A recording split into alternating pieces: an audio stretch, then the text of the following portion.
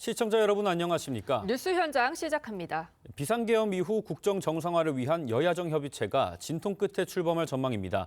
민주당이 협의체를 제안한 지 닷새 만에 국민의힘이 참여 의사를 밝힌 겁니다. 자세한 내용 국회 연결해 알아봅니다. 장윤정 기자, 지금 어느 정도로 구체적인 협의가 이루어지고 있습니까?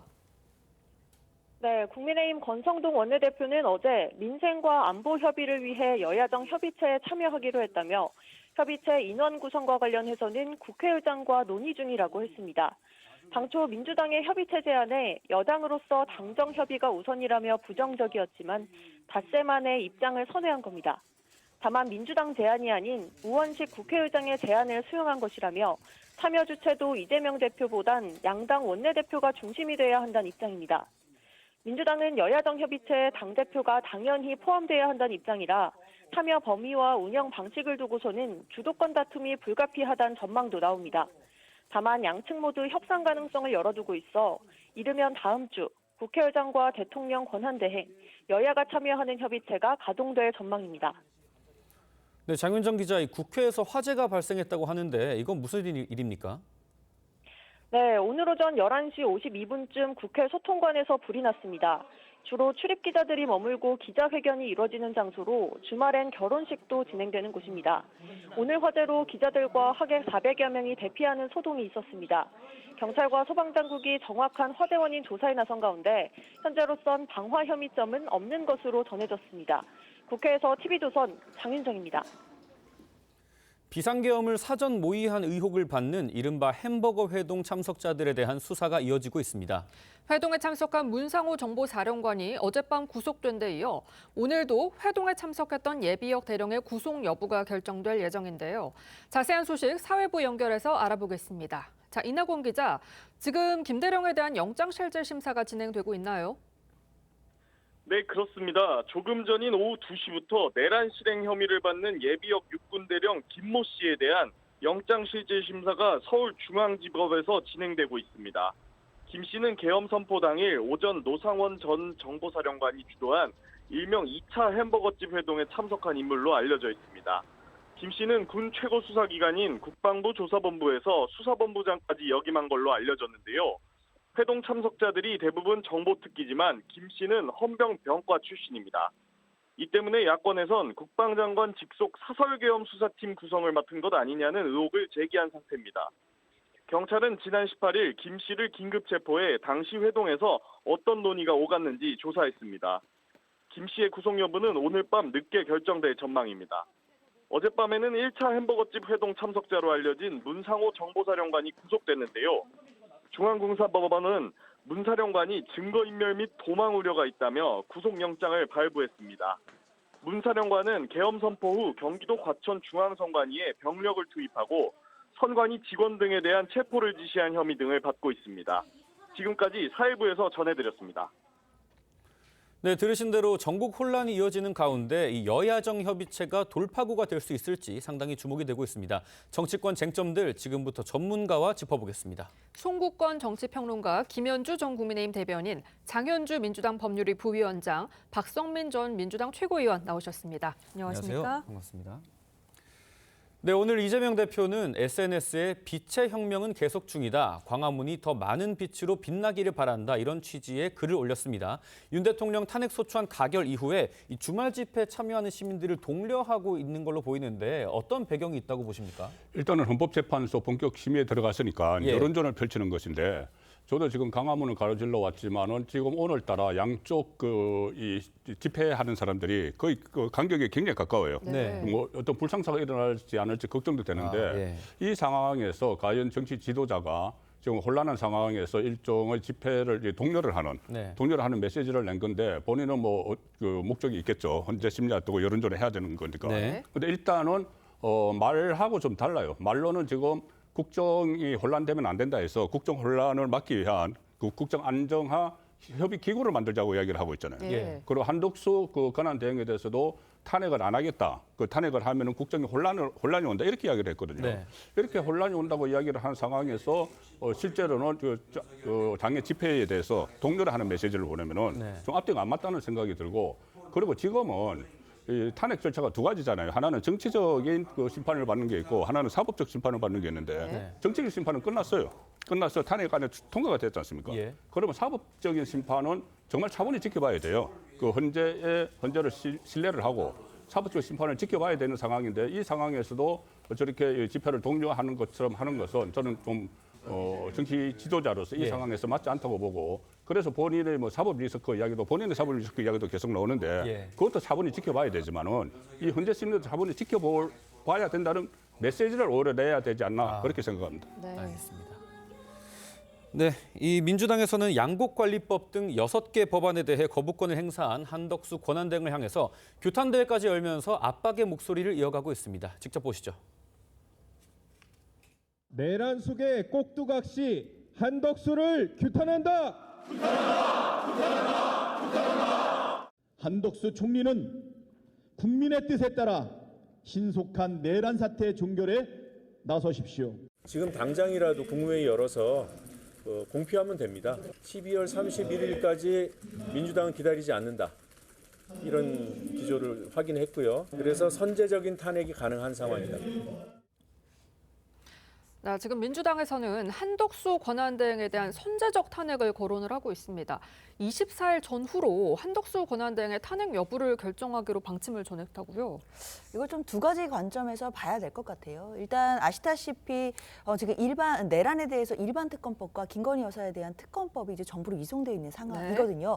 거부권을 행사하는 법정 시한은 뭐 내년 1월 1일까지이기는 합니다. 그런데 그것은 말 그대로 법정 시한일 뿐인 것이지 반드시 그 기간을 다 지난 후에 그러니까 올해 말이나 1월 1일에 거부권을 행사할지 여부를 결정해라 이런 취지는 아니거든요. 이 법안에 대해서 당연히 이 법안이 빠르게 시행돼야 된다라고 생각한다면 이 부분에 대해서 국무회의를 열어서 빠르게 확정할 수 있는 부분이 있습니다. 그렇기 때문에 민주당으로서는 이 법정 시한까지를 다 기다려주지 않겠다라는 취지로 일단 봐야 될 것 같고요. 그 안에라도 확정할 수 있기 때문입니다.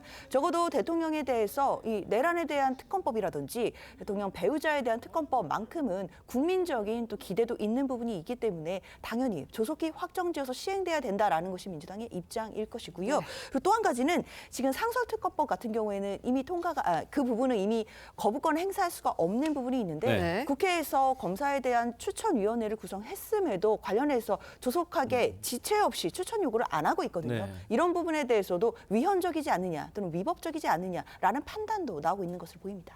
네, 뭐 들으신 것처럼 민주당은 한덕수 권한대행 탄핵으로 좀 가는 모양새인데 여기에 대응할 국민의힘 전략이 좀 마련된 게 있을까요? 뭐 뾰족한 전략 마련이 쉽지 않은 것이 사실입니다. 사실 이 권한대행을 맡게 된 것이 헌법 71조상 대통령이 사고나 벌이 됐을 때 그 업무를 대행하도록 되어 있는 그 규정에 의해서 한덕수 그 업무 대행, 그러니까 권한 대행직을 하고 있는 거 아닙니까? 그렇습니다. 그럼에도 불구하고 민주당에서는 계속해서 탄핵 압박을 하고 있죠. 그러니까 이제 그 계엄이 선포되기 직전에 국무회의에 참여한 주체의 한 사람이다라는 이유로 그 혐의를 계속 부각을 시키면서 선제 탄핵도 가능하다 이렇게 하면서 24일로 날짜를 못 받거나 혹은 뭐 탄핵 소추안에 대해서 뭐 작성을 이미 다 끝내놨다 이런 식으로 해서 이제 강한 압박을 하고 있기 때문에 그 한덕수 권한대행 입장에서는 여당의 기조에 일방적으로 따라가기도 뭐하고 그렇다고 야당의 압박에 무조건 수용하는 입장을 보이기도 어려운 것이 사실입니다. 더군다나 지난번에 그 농업사법을 포함해서 제의 요구권을 행사한 이후로는 이제 앞으로 그 특검법에 대한 제의 요구권을 행사할 것이냐 이것을 놓고도 지금 강하게 더 압력을 행사하는 것으로 보이고 또 뿐만 아니라 헌법재판관의 임명 문제라던가 아니면 방금 전에 장 변호사께서 말씀하셨다시피 이 상설특검의 경우에는 후보자 추천위원회가 구성이 됐으면 지체 없이 의뢰를 하라 이런 입장이기 때문에 과연 어떤 선택을 하게 될지 참 어려운 상황인 것임에는 분명해 보입니다. 네, 이재명 대표도 한 권한대행이 상설특검 추천 의뢰를 엿새째 유보 중인 것에 대해 사실상 거부하는 거라며 날을 세웠는데요. 들어보겠습니다.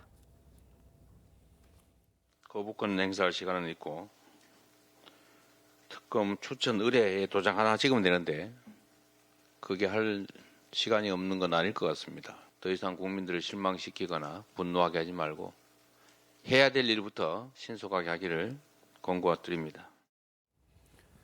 네, 민주당에서는 이 상설특검 임명은 조기 탄핵에 조기 탄핵 여부의 바로미터가 될 것이다 이런 주장도 나왔습니다. 상설특검 임명이 이렇게 중요한 이유가 뭡니까? 지금 헌재에 탄핵 소추안을 통과시켜서 헌재에 넘긴 그 내용을 보면은 대부분 신문 기사 같은 것들이에요. 어떤 법적 판단을 받은 게 없어요. 그렇기 때문에 법적 판단을, 법적 토대를 마련해야 됩니다. 헌재 심리를 하려면은. 그래서 지금 뭐 공수처 수사 이런 것은 시간이 좀 걸리고 하니까 상설 특검을 해서 빨리빨리 그 어떤 법적 토대를 마련하겠다는 이야기예요. 박근혜 전 대통령 그 탄핵 국면에서도 처음에 헌재에 넘어갔을 때 헌재에서 그때도 주로 이제 신문 기사 내용 가지고 넘어왔거든요. 그러니까 이게 어떤 법적인 근거가 있어야 되니까는 그때 당시 박영수 특검하고 검찰에 그 박근혜 전 대통령 주변을 수사했던 검찰과 그 박영수 특검 쪽에 수사 자료를 넘겨달라고 요청을 했어요. 그걸 받았어요. 그걸로 근거를 해서 이 탄핵 심리를 했거든요. 그러니까 이게 원래 하려면은 재판까지 다 나오고 나서 해야 되는데 그건 안 되니까 일단 그 수사 기록을 가지고 이 탄핵을 심리를 본격적으로 해야 되니까 지금 민주당에서는 상실특검을 빨리 해가지고 이걸로 어떤 법적인 토대를 만들자는 이야기인데 그런데 지금 어차피 그 수사가 공수처가 주도를 해서 수사가 진행이 되고 있는데 그것을 또 상설특검까지 같이 해서 수사를 하자는 게 과연 그 실효성이 있을지는 좀 따져봐야 됩니다. 박성민 최고위원님 의견도 좀 궁금합니다. 그러니까 조속한 진상규명을 위해서는 수사 창구가 일원화되고 효율적으로 돌아가는 게 필요하다라는 판단이 깔려 있기 때문입니다. 그러니까 지금 상황에서 공조본을 꾸리기도 했고 경찰, 공수처, 국방부 이렇게 협조해서 수사를 하고 있는 게 한 축이고 또 한 축은 검찰에 의해서 진행이 되고 있는데 사실 아무리 검찰 측에서 이 공조본 공수처 측에다가 이 윤석열 대통령과 이상민 전 장관 관련해서 이첩을 했다라고 하더라도 여전히 수사상에 혼선이 있는 것은 사실이거든요. 그리고 수사 혼선을 넘어서 수사 경쟁까지 벌어지고 있는 것 아니냐 이런 상황인데 뭐 이런 거죠. 대표적으로 보면 최근에 이제 경찰의 국수본부장의 이제 휴대폰을 압수하거나 이 국수본을 압수수색하는 일도 있었고요. 그 이전에는 또 공수처가 조사 일정을 잡아놓으면 검찰이 구속해버리거나 아니면 경찰이 체포를 했는데 검찰이 체포 승인을 안 해주거나 이런 혼선들이 있었기 때문에 어떤 이 진실을 밝혀가는 데 있어서 수사기관들 사이의 경쟁이나 아니면 이 속도 때문에 수사에 공백이 생기고 진실을 밝히는 데 있어서 걸림돌이 될 수 있다. 그렇기 때문에 지금처럼 이원화된 수사 창구가 아닌 하나의 단일한 수사 창구를 꾸려서 인력도 보강을 하고 그리고 질서 있게 수사를 하는 것이 필요하다. 이런 부분 때문에 상설특검이 지금 상황에서는 필요한 것이고 더 나아가서는 본특검으로 결국 가야만이 이 사태를 종식시킬 수 있다. 이렇게 보고 있습니다. 네, 이런 상황에서 국민의힘 권성동 원내대표는 민생과 안보 협의를 위해 여야정 협의체에 참여하겠다고 밝혔는데요. 직접 들어보시죠. 민생과 안보 협의를 위한 여야정 협의체에 참여하기로 했습니다. 다만 멤버 구성과 관련해서는 지금 의장과 논의 중에 있다는 말씀을 드립니다. 민주가 제안했다 그러는데 국회의장이 최초로 제안했고 국회의장하고 협의 과정에서 참여하기로 했다는 말씀을 드립니다.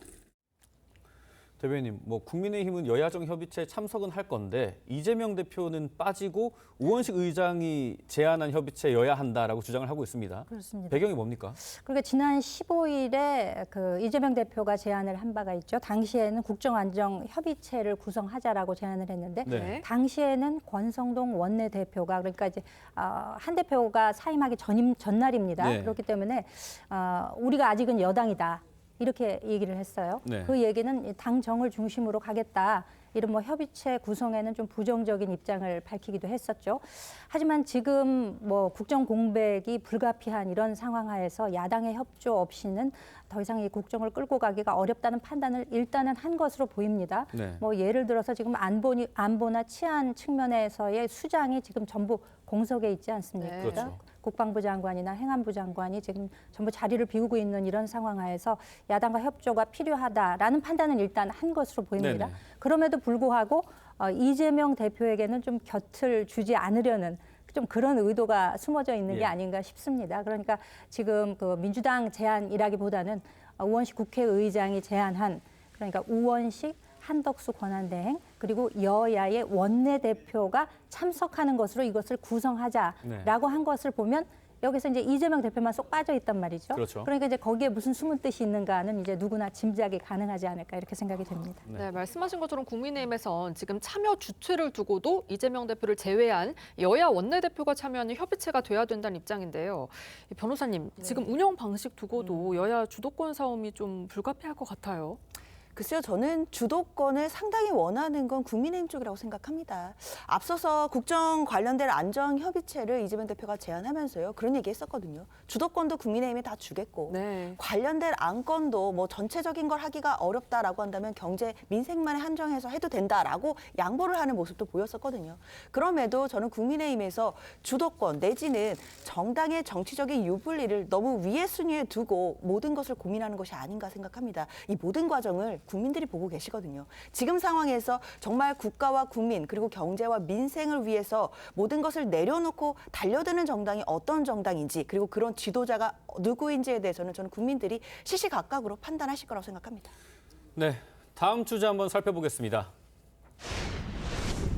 여 비대위 투톱 체제의 가닥, 이 국민의힘 소식을 좀 짚어볼 텐데요. 다음 주 초에는 이 국민의힘의 차기 비상대책위원장이 누가 될지 가닥이 잡힐 걸로 보입니다. 권성동 원내대표 목소리 먼저 들어보겠습니다. 아직 가닥을 잡지 못하고 있습니다. 이런저런 의견들이 있고 또 의견이 대립되고 있어서 내주 초에 의원총회 보고하고 공개하기로 했으니까 그때까지 좀 기다려주시면 고맙겠습니다. 네, 지금 국민의힘 비상대책위원회 다음 주 초 발표될 전망인데요. 새 비대위원장이 이 권성동 원내대표와 권한을 나눠 갖는 이런 투톱 체제가 예상이 되고 있어요. 실제 국민의힘 내부 분위기 어떻습니까? 지금 뭐 어제 그 선수별로 의원들이 그 연석회의를 전부 한 모양입니다. 초선, 재선, 3선, 4선 이렇게 위주로 해서 회의를 했는데도 불구하고 뭐 뾰족한 방안을 내놓기는 쉽지 않은 국면인 것 같습니다. 의총이 이제 계속 되었음에도 이 뭐 언제 이 결론을 내릴 것인가 뭐 그 정도만 정한 것이거든요. 다음 주 초쯤 아마 비대위원장에 대한 구체적인 안이 나오지 않을까 싶은데 그 선수별 모임에서도 뭐 어떤 선수에서는 구체적인 임무를 제안하기도 했지만 그러지 않은 경우도 있고 다만 투톱 체제로 가야 된다는 것에 있어서는 좀 합의가 이루어진 모양입니다. 그러니까 투톱이라고 하는 것은 권성동 지금 현재 그 대행이 겸직을 해서 혼자서 끌고 나갈 것이냐 아니면 비대위원장을 따로 추천해서 원내대표와 투톱으로 나갈 것이냐 이 얘기는 마이크를 2개로 나눠서 위험을 좀 분산하겠다라는 그런 좀 그 뜻이 숨어져 있는 것이 아닌가 싶어요. 아무리 의총을 계속하고 또 선수별 회의를 개최한다 한들 지금 현재 국민의힘 입장에서는 그 계엄 이후에 이 탄핵 정국에서 당의 합의된 목소리를 낼 수 없다는 그런 어려움이 있는 것 같습니다. 당의 입장을 정리하는 것이 우선이 되어야 하지 않을까라고 개인적으로는 생각합니다. 네, 뭐 인물도 그렇고 체제도 그렇고 뭐 하나 정해진 게 없는 상황이지 않습니까? 그렇죠. 평론가님 전망도 좀 궁금합니다. 일단 원칙은 정했죠. 처음에 원내냐 원외냐 소장파냐 중진이냐 이렇게 됐거든요. 그런데 이것은 원외는 그 전임 체제 한동훈 대표 체제에서 좀 위험성이 있다 해서 원내로 모았어요. 그럼 원내에서 소장파냐 중진이냐 했는데 소장파에서 초선의 김대섭 의원 이름도 나왔던 게 사실인데 본인도 고사를 했고 그리고 또 다른 그 쪽에서는 지금 그러면 비대위원장이 할 일이 뭔지를 봐야 돼요. 할 일이 뭔지 그냥 평상시에서 초선이 그 조장파가 들어와서 혁신을 하는 것이 목적이냐 아니면 이거 지금 추스르는 게 목적이거든요. 추스르기를 하려면은 어떤 초선보다는 5선급의 중진이 낫다 이렇게 결론을 내렸고 또 하나는 이게 만약에 그 탄핵안이 인용이 돼서 조기 대선이 치러지면은 지금 비대위원장은 대선 준비를 하고 준비뿐이 아니고 그 대선 후보 경선 같은 것도 물론 그 따로 위원회가 설치가 되겠지만 그것을 통과를 해야 되고 만약에 조기 대선이 실시가 되면은 그 공동선대위원장으로 뛰어야 됩니다. 뛰어야 되면은 아무래도 좀 그 인지도가 있고 대중성이 있는 그런 인물을 찾자고 하다가 보니까 지금 뭐 보도가 되는 것은 나경원, 그 권영세, 김기현 이런 의원들이 지금 나오고 있는 상황이죠. 그렇죠. 네, 알겠습니다. 윤 대통령 탄핵 소추안이 가결된 뒤에 국민의힘은 비공개 의원총회를 열었습니다. 이 자리에서 지도부 사퇴를 결의를 했었죠. 당시 한동훈 대표를 향한 의원들의 항의 그리고 여기에 반발하는 한동훈 전 대표의 발언까지 일부 공개가 됐습니다. 먼저 들어보시죠.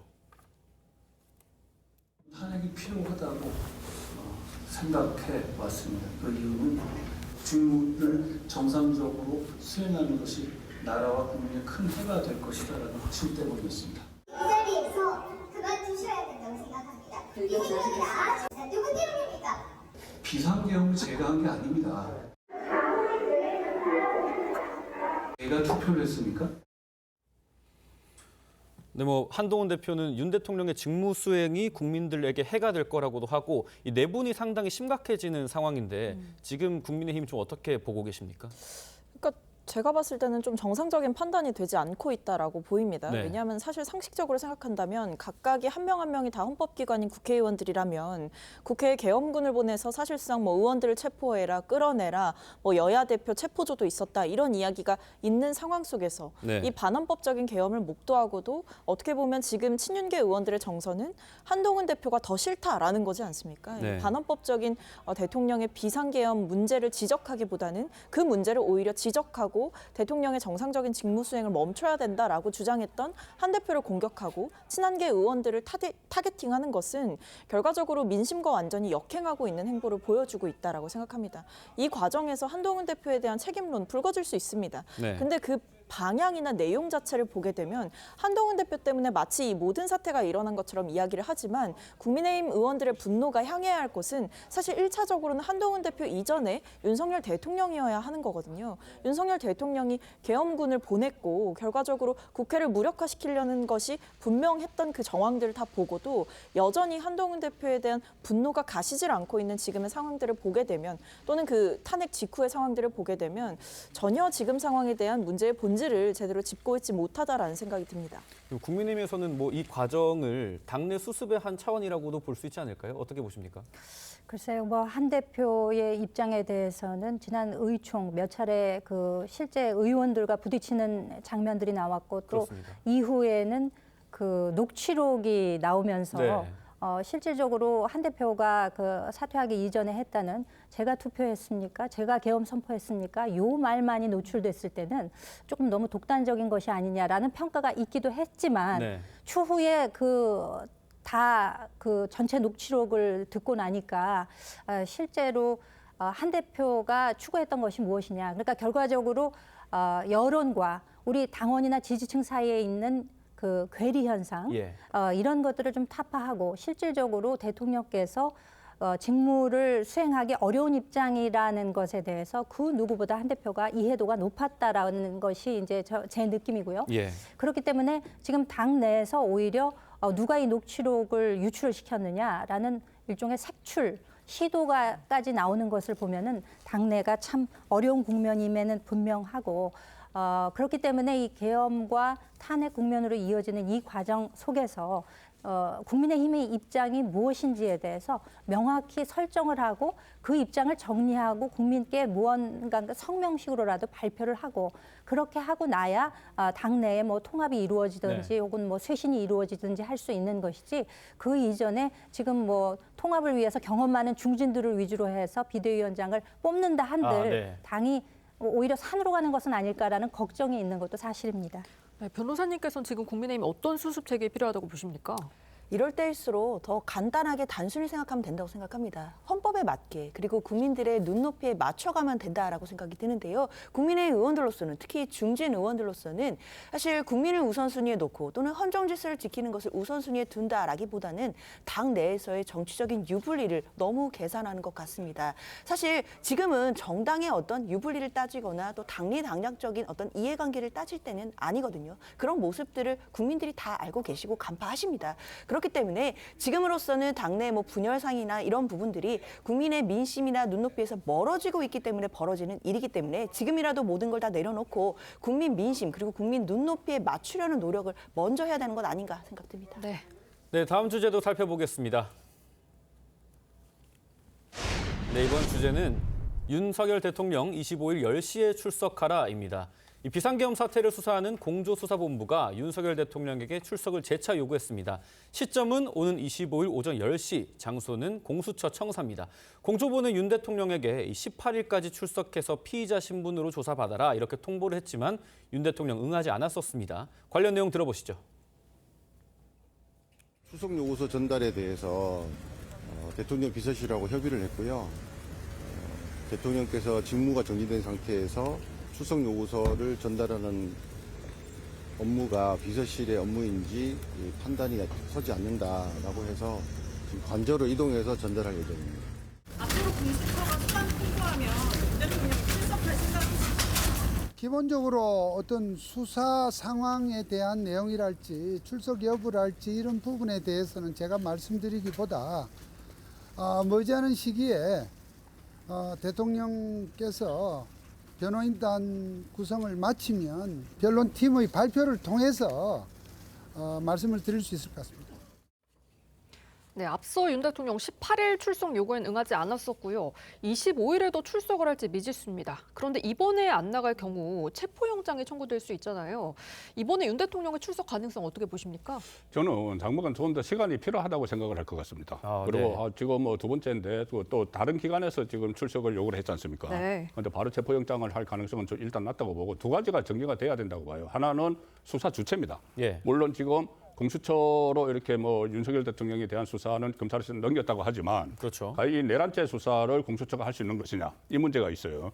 그리고 또 하나는 지금 특검이 두 개가 있지 않습니까? 상설 특검도 하고 개별 특검도 지금 법안을 다 발의를 해놨는데 그럼 특검 두 개를 하고 공수처 수사까지 세 개를 하면은 나중에 세 군데서 소환을 하라고 하면은 네. 이것도 좀 곤란해지죠. 그래서 그거 정리를 하나 바라는 게 있고 또 하나는 변호인단이 아직 구성이 안 됐어요. 언론에만 계속 나오는 것이지 그렇죠. 변호인단이 구성이 안 됐고 상당히 또 헌재하고 투타력으로 방어를 해야 되거든요. 네. 그러려면 헌재에는 좀 헌법에 밝은 변호인들이 들어와야 되고 여기서는 형사법에 밝은 변호인들이 들어와야 돼서 상당히 좀 곤란을 겪고 있다. 저는 그렇게 들었거든요. 네. 특히 이 로펌 같은 데서 대형 로펌 같은 데서는 지금 하지를 안 하려고 해요. 왜냐하면 정치적인 사건이기 때문에. 네. 그러면은 또 변호인이 들어오려고 해도 로펌을 그만두고 다시 이쪽으로 오는 그 상황이 지금 이루어지고 있다는 거거든요. 네. 김홍일 변호사 같은 경우도 네. 그런 케이스고. 네. 그래서 아무리 좀 그렇지만 윤석열 대통령에게도 시간을 좀 주는 게 맞지 않나. 두 가지가 정리될 때까지 네. 그런 생각입니다. 네, 말씀하신 것처럼 뭐 탄핵안 소추 그리고 수사와 관련해서 혼란이 과정되고 있는 양상인데 관련해 경찰은 계엄 기획의 핵심으로 꼽히는 노상원 전 사령관의 수첩을 경기도 안산에 위치한 한 점집에서 확보를 했습니다. 저희 취재진이 해당 점집에 직접 방문을 했는데 함께 보시죠. 계세요. 노상원 씨도 그 신내림을 받으신 거예요? 선생님이 천하장된 왜 혼자 공부하고 그래요? 그랬던 그 기억이 나요. 갈면 선착순이야. 앉아있다가 보는 거야. 한번 열리면 순서 또 기다리면서 나갔다가 오시기도 하고. 네, 이 노상원 전 사령관이 인근 햄버거집에서 계엄을 사전 논의한 게 드러났었죠. 이 자리에는 김 전 대령이란 인물도 참석한 걸로 파악이 됐는데요. 지금 군을 떠난 예비역만 2명이거든요. 이렇게 예비역이 중심이 된 이유가 있을까요? 그러니까 아무래도 이 노상원 전 사령관 같은 경우에는 이 민간인임에도 불구하고 이 계엄 사전 모의의 핵심 세력으로 지목되고 있지 않습니까? 그렇습니다. 네, 아마 1차적인 것은 김용현 전 국방부 장관과의 각별한 관계가 있었던 걸로 보입니다. 그리고 이 노상원 전 사령관이 민간인이 된 뒤에도 어떤 인사청탁이나 이런 것들을 계속 받았다라고 해요. 그만큼 이 조직 자체가 폐쇄적으로 운영되고 김용현 전 장관의 뒷배를 빌려서 어떤 군 내에서 여전히 영향력을 행사하고 있었음이 드러나는 상황이기 때문에 지금 보면 이 햄버거집 그 계엄 모의 회동에서도 그 자리에서도 뭐 민간인이 또 참석했었다 이런 이야기가 나오고 있는 만큼 네. 이 군 내에 사조직이 있었던 게 아니냐, 그러니까 김용현 라인이 이른바 있었던 게 아니냐 이런 생각이 들게 하는 지점이고요. 또 한편으로는 이 노상원 전 사령관이 본인의 어떤 정보사내의 인적 네트워크라든지 이런 부분들을 이용해서 점조직으로 운영되고 오비와 굉장히 끈끈한 관계를 맺고 있다라는 조직의 특성을 10분 활용하여 본인의 영향력을 넓혀갔던 게 아닌가. 그 핵심에는 결국 김용현 전 장관이 있었다라고 보입니다. 네, 뭐 정보사 대령도 최근에 변호인을 통해서 혐의를 시인을 하면서 뭐 강제적인 수단을 동원해서 선관위 직원에게 대응을 하려고 했다 이런 취지의 입장문을 내놨단 말입니다. 결국 뭐 윤석열 대통령의 내란죄 수사에 이 부분이 좀 결정적인 증거로서 작용하지 않을까 이런 시각도 있는데 어떻게 보십니까? 그래서 어제 석동현 변호사가 이야기했을 때 체포의 채자도 이야기하지 않았다. 네. 그게 상당히 중요한 이야기거든요. 체포를 하는 거하고 끄집어내는 거하고 또 다릅니다. 다른데 지금 이 정보사 대령 이야기가 뭐 케이블 타이로 묶거나 마스크나 두건을 세워서 데려가는 거 이거 체포잖아요. 예. 체포시 또 구금 이야기까지 나왔지 않습니까? 만약에 그거면은 사실은 좀 그 문제가 되는 이야기인데 가령 예를 들어서 군 생활을 해본 분들은 알겠지만은 매뉴얼이라는 게 있어요. 어디 출동을 하려면은 그 관련된 장비가 있습니다. 그렇죠. 장비가 있고 그리고 저번에 국회 안에서도 군 병력이 케이블 타이를 하나 놓쳤잖아요. 네. 놓쳐서 그것을 민주당이 갖고 냈지 않습니까? 그거는 꼭 가서 묻기 위해서 갔다기보다는 군장의 일환이에요. 그 상황에서 군장의 일환이죠. 네네. 그럼 이것도 과연 군장의 일환으로 이야기를 한 건지 실제로 체포를 해서 두건을 씌우고 이거 묶어가지고 압송을 하라는 이야기인지 그 부분은 더 밝혀봐야 되는 거죠. 네, 네 분과는 말씀 여기까지 나누겠습니다. 감사합니다.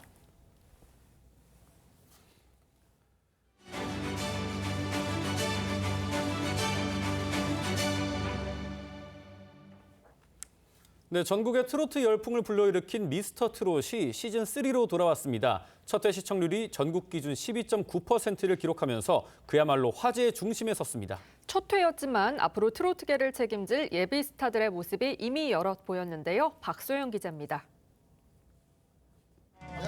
사이사이로 질투 사이로 사랑아 피어라. 참가자의 현란한 골반 댄스에 심사위원들이 포복절도합니다. 몸이 너무 웃겨. 미스터 트롯 3 첫 방송이 전국 시청률 12.9%, 순간 최고 시청률 13.5%를 기록하면서 순항을 시작했습니다. 국민 마스터와 선배 마스터, 두 진영 모두에서 과반의 하트를 받아야 하는 그야말로 살벌한 규칙이지만 예비 트로트 스타들은 손쉽게 올하트를 거머쥐었습니다. 대학부 최재명은 마음을 울리는 가창력으로 이미 톱7감이라는 찬사를 받았고 최연소 참가자인 유소년부 유지우는 꾸미지 않은 맑은 목소리로 심사위원을 눈물짓게 했습니다. 어떻게 노래를 해야겠구나라는 거에 대한 정답을 저한테 준 것 같아요. 맞아. 발라드로 2000년대를 주름잡았던 가수 모세는 트로트 스타로 완벽 변신해 모두를 깜짝 놀라게 했습니다. 사라져 사라져. 다음 주에는 얼굴을 숨긴 채 실력만으로 심사를 받은 하동 남진의 정체가 공개되는 등 본격적인 오디션이 막을 올립니다. 시즌3의 최종 진에게는 우승 상금 3억 원이, 상위 입상자에게는 일본에 진출할 수 있는 특전이 주어집니다. TV조선 박소영입니다. 네, 대한민국 가요계의 판도를 바꾼 미스터 트롯이 시즌3 첫 방송을 시작을 했습니다. 총 101팀이 참가하는 이번 시즌에서도 새로운 얼굴들이 등장하면서 스타 탄생을 예고했습니다. 관련 내용 하재근 평론가님 모시고 얘기 나눠보겠습니다. 안녕하세요. 안녕하세요. 네, 첫 회 최고의 화제 단연 유소년부였습니다. 무대 중간에 눈물을 흘린 참가자도 있었고요. 눈물을 흘리게 만든 참가자도 있었다는데요. 영상으로 확인하시죠. 당신은 나에게 할 말이 없나요? 아직도 나는 할 말이 많은데 돌아서는 그대 마지막 눈물에 나는 바람되어 웁니다.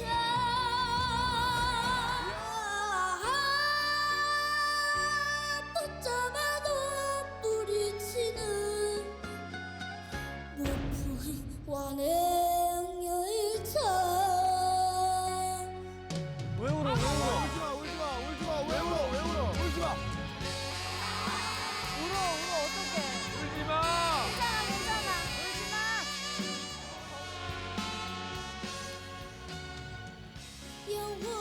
네, 9살 박정민 군이 무대 중간에 울음을 터뜨리는 바람에 우리 마스터 군단도 좀 당황한 모습입니다. 예, 박정민 군이 옷도 저렇게 터프하게 입은 9살 상남자라는 말을 듣는 이제 소년인데 저 소년이 노래를 부르면서 중반까지 아무도 저 하트를 누르지 않으니까 너무 막 불안하고 절박하고 떨어질까 봐 그렇겠네요. 결국 중간에 울음을 터뜨리고 말았는데 그 모습이 너무 귀엽고 뭐 이러니까 사실 다 웃기도 하고 또 같이 울기도 하고 그런 거예요. 근데 정말 놀라운 것이 저렇게 막 절박해서 눈물을 흘리면서도 노래는 끝까지 안정되게 부른 겁니다. 그래서 박정민 군이 추가 합격했거든요.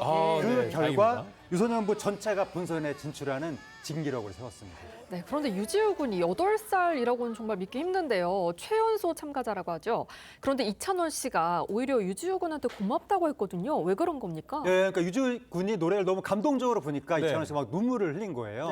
유지우 군이 8살이거든요. 그러니까 이번 시즌 최연소 참가자고 미스터 트롯 전 시즌을 통틀어서 최연소입니다. 그러니까 지금 연구치도 다 앞니빨도 네. 없는데 앞니도 없는데 연구치도 나지 않은 소년이 조항조 씨의 정령을 불렀는데 네. 이 노래는 어린이의 감성이 그렇죠. 아니거든요. 네. 근데 어린이가 너무 잘 부르니까 막 모든 사람들이 감탄을 했는데 이찬원 씨가 막 눈물을 흘리면서 제가 최근에 어떤 노래를 들려드려야 될지 고민이 많았다. 네. 그 답을 순수한 지휘군이 들려준 것 같다. 네. 이렇게 얘기했는데 아마 이찬원 씨도 조만간 이렇게 순수한 감성을 느끼게 하는 그런 노래를 부르게 될 것 같습니다. 네, 이렇게 어린 친구들의 모습도 눈에 띄는데 또 청년의 모습도 눈에 띄었습니다. 그간 미스터 트롯에 계속 도전했던 낯익은 얼굴 여러분도 아실 텐데 시즌 1에서 18살의 나이로 출전해서 국민 손자 별명을 얻었던 남승민 씨, 늠름한 청년이 돼서 다시 출연을 했습니다. 네, 숨겨왔던 진짜 정체가 밝혀지면서 모두를 놀라게 한 인물도 있습니다. 누구나 들으면 알만한 히트곡의 주인공이었는데요. 남승민 씨의 무대와 함께 확인해 보겠습니다. 귀여워. 늦날은 부엌길을 기대고 가고. 해군 군학교. 어머 웬일이야? 상병이야 상병. 한밤에 울던 재미있는 날이 밝아 찾아보니 저막 끝엔 빈둥지마니 우린 하늘의 구름도 둥실둥실 떠가네. 발라드는 모세, 트로트는 춘길. 사랑인 걸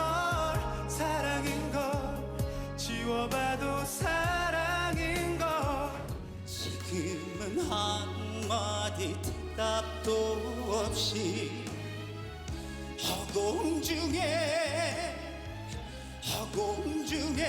사라져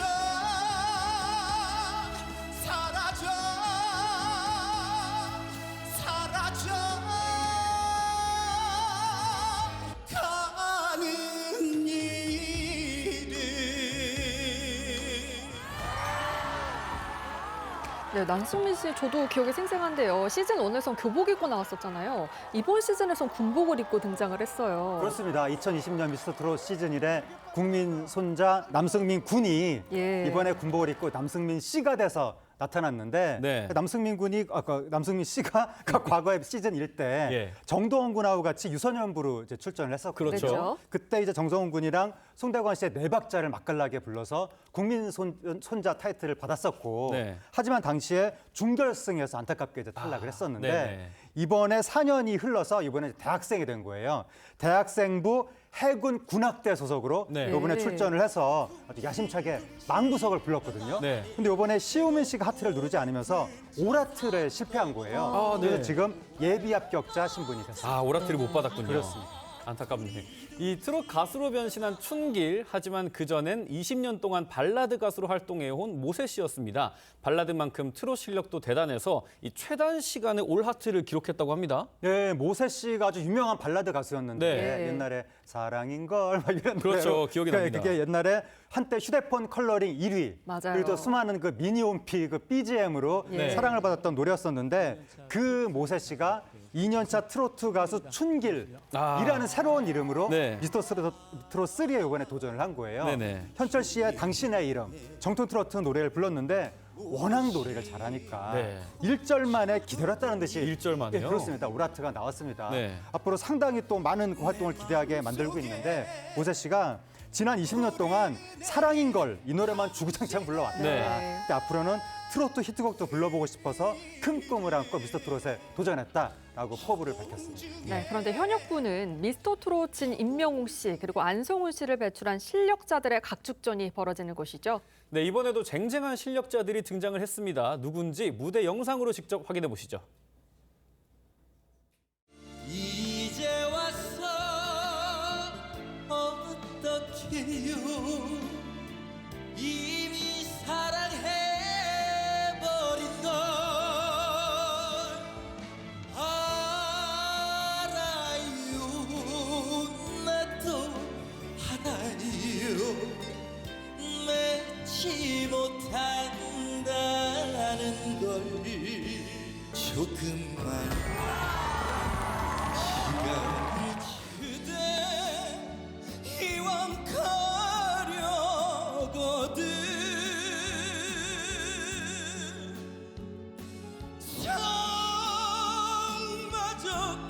가야지.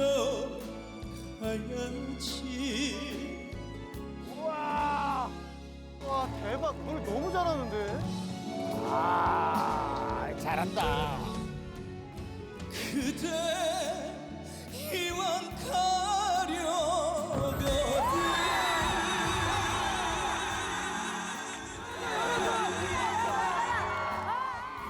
하동 남진의 정체는 아니 하동 남진 씨 누군지 너무 궁금한데 예. 저 현역부 X는 얼굴과 정체를 가려야 되는 원칙이 있는 건가요? 그렇습니다. 현역부 X는 오직 노래로만 승부하겠다라고 네. 하는 현역 가수들이 도전을 했다는 거예요. 정체를 밝히지 않고 노래로 이제 심사를 받는 건데 오라트를 받아야만 정체를 밝힐 수가 있게 되는 겁니다. 아, 네. 이번에 하동 남민 씨가 놀라운 이제 실력을 보여주면서 오라트를 받았는데 네. 커튼이 올라갔다가 딱 끊겼기 때문에 다음 주에 정체가 공개될 것 같습니다. 네, 또 눈에 띄었던 게 김용빈 씨가 올해 33살인데 현역부 최고참이라고 하거든요.